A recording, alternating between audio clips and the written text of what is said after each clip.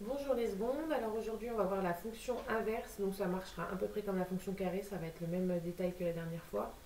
Donc la fonction inverse dans la définition, donc la fonction inverse elle est définie, première chose, donc son espace de définition par rapport à la fonction carrée qu'on peut calculer partout.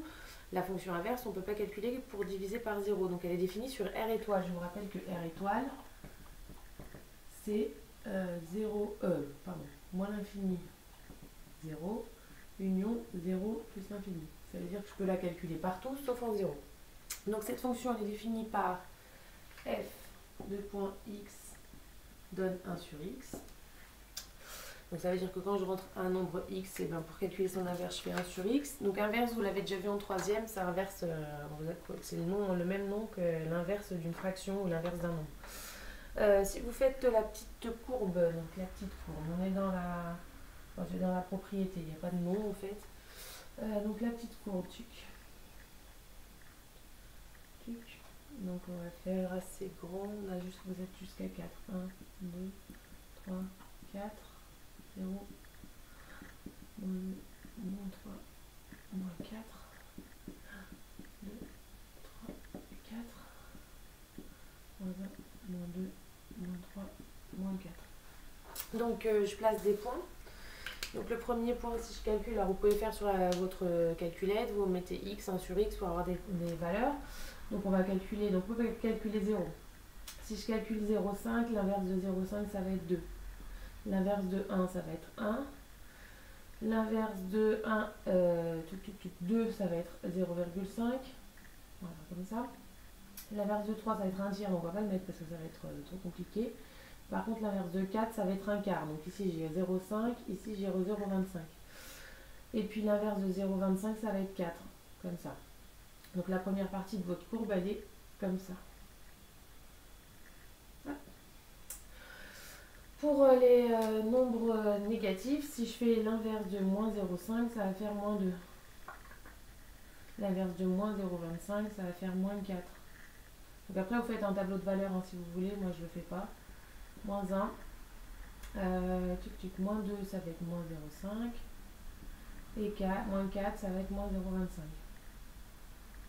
Et donc, si vous tracez l'autre partie de courbe, je suis désolée, les petits points, ils sont tous...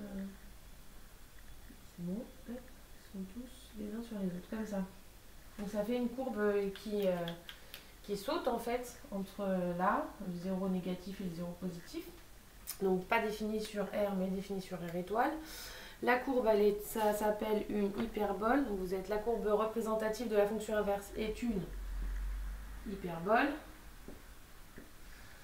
La courbe représentative de la fonction adverse admet l'origine du repère comme centre de symétrie. Donc du coup, on a une fonction impaire. Si vous vous rappelez bien, on va parler de la parité juste après. Si je veux son tableau de variation, il est un peu particulier son tableau de variation. Donc, son tableau de variation va être comme ça. Donc, un tableau de variation. Hein. Sauf que du coup, en 0, c'est une valeur interdite. Pour faire une valeur interdite dans un tableau de variation, on n'a pas encore vu, mais on fait une double barre. Ça veut dire valeur interdite. Ok. Et donc, en fait, en plus, elle est vraiment particulière. Donc, 1 sur x. Elle est vraiment particulière parce que si vous partez d'ici ben, jusqu'à 0, elle va décroître. Donc elle est décroissante. Et si je pars d'ici et que je vais par là, je descends encore. Donc elle est doublement décroissante. Elle est toujours décroissante, ce qui veut dire qu'elle inverse toujours les images. Ça veut dire que si je veux faire l'image de deux nombres positifs ou l'image de deux nombres négatifs, elle sera toujours inversée. Signe de la fonction... Ah oui, alors pardon, je n'ai pas marqué. Ainsi, quels que soient les réels A et B pour tout réel, pour tous les... Alors, je ne sais pas pourquoi c'est marqué tous les A. Alors, appartenant à tous les... je ne sais pas pourquoi il y a un A. Appartenant à... Et appartenant à... Il n'y a pas tous les, hein, vous enlevez tous les. A moins l'infini, 0 ou 0 plus l'infini. Alors, il faut ouvrir en 0. Hein, je ne sais pas pourquoi c'est pas ouvert en 0. Donc, je vous le réécris. Je ne sais pas comment c'est écrit chez vous. Ah oui, comme ça. Donc, déjà, vous enlevez. Donc, c'est écrit ça. Hein. Tous les A moins l'infini, 0. Comme ça. Donc déjà, vous enlevez ça. D'accord? Appartenant à. Et ensuite, vous mettez un crochet ouvert. On n'a pas le droit de prendre 0. Et pareil pour 0 plus l'infini. Vous mettez 0 plus l'infini. Bon, bref. Ce ne sont que des détails, mais c'est donc des détails importants pour les mathématiciens. Et donc du coup, si j'ai A inférieur à B, d'accord, A inférieur à B, quels que soient les A, B, et bien du coup, quand je vais faire la fonction inverse, ça va inverser les images. Ok? Donc on a 1 sur A supérieur à 1 sur B. Donc toujours ça inverse les images à chaque coup. Ensuite, vous avez la parité.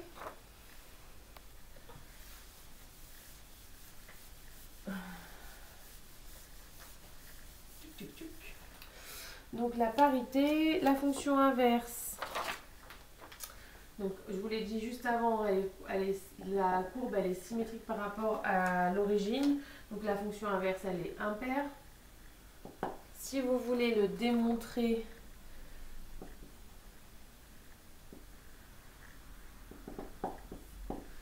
eh ben, on va d'abord dire que si x appartient à R, moins x appartient à R. Donc ça c'est, voilà. Et on a, donc je vous rappelle, pour faire démontrer une fonction paire ou impaire, on calcule f de moins x. Donc ça fait 1 sur moins x. C'est bien égal à moins 1 sur x, c'est bien égal à moins f de x. Donc reprenez la fonction impaire et paire pour ceux qui ne se rappellent pas dans le cours de fonction. Ensuite, vous avez le signe de la fonction inverse.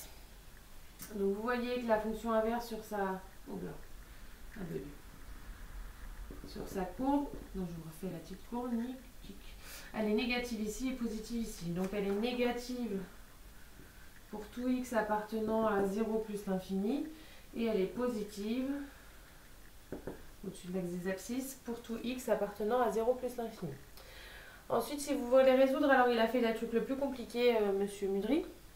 Donc vous avez une unique solution si vous avez 1 sur x égale k. Donc par exemple, je ne sais pas, hop, 0, 1, 1, tic, tic. À chaque fois que vous prenez un nombre, ben, il va avoir une seule solution. Ok, voilà. Sauf 0 qui n'existe pas, donc du coup c'est sur 4 différentes zéros. Et donc vous avez l'exemple de l'inéquation. Alors moi l'inéquation, je l'ai fait, ah oui c'est marqué équation, c'est une équation. Résolution, vous changez aussi, résolution d'une inéquation.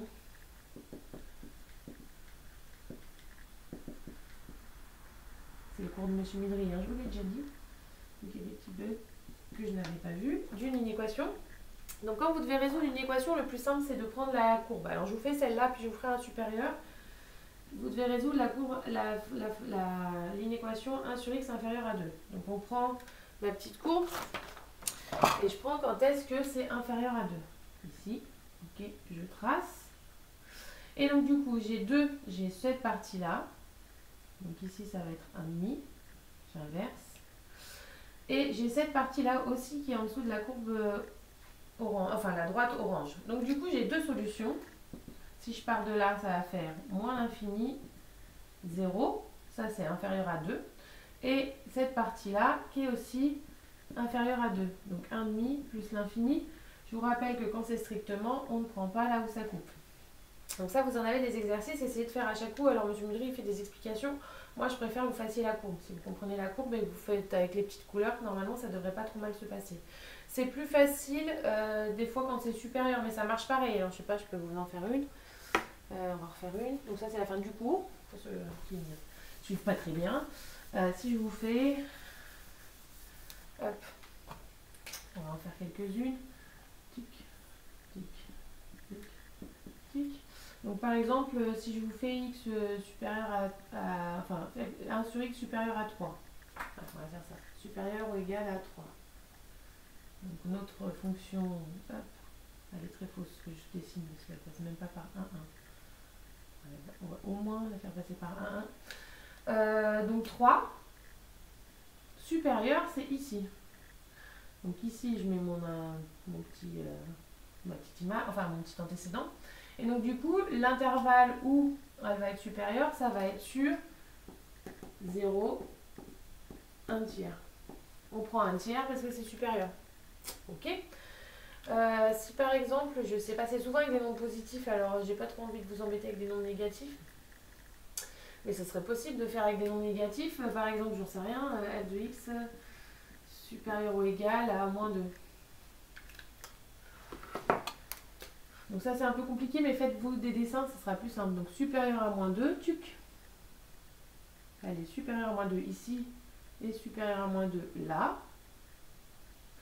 Et donc du coup ça va faire, j'ai perdu mon stylo, solution, ben, moins l'infini, ici ça fait moins 1,5, donc moins 1,5. Comme c'est supérieur ou égal, j'ai le droit de le prendre. Et ensuite, ben, de 0 à plus l'infini, elle est aussi au-dessus de moins 2. Voilà. Et vous pouvez aussi avoir donc, inférieur à un nombre négatif. Donc comme ça, vous aurez fait les 3 cas. Inférieur à un nombre négatif. Attendez, je cherche juste une couleur, un rouge, c'est possible. Voilà. Je sais pas, f de x inférieur, on va faire un inférieur strictement à ben, moins 1. Tiens. Donc si je fais inférieur à moins 1, je suis là. Hop, elle est inférieure à moins 1, donc ici ça va faire moins 1. De moins 1 à 0. Donc du coup, moins 1, 0. J'ouvre parce que c'est strictement inférieur. Voilà, donc c'est un peu plus compliqué que la fonction carrée forcément. Mais avec la fonction carrée, quand on demande supérieur, il y a 2 branches aussi. Donc faites toujours bien, comme j'ai dit dans la fonction carrée, pour les fonctions de référence, le plus important c'est de se rappeler la forme des courbes. Si vous rappelez la forme des courbes, vous retrouvez tout le cours que je viens de vous expliquer et vous retrouvez toutes les propriétés que je viens d'écrire. Voilà, je vous souhaite une bonne fin de journée et je vous dis à demain pour certains. Oh, j'ai fait tomber. Je vous dis à plus tard pour d'autres, à l'année prochaine ou bonne continuation pour les autres.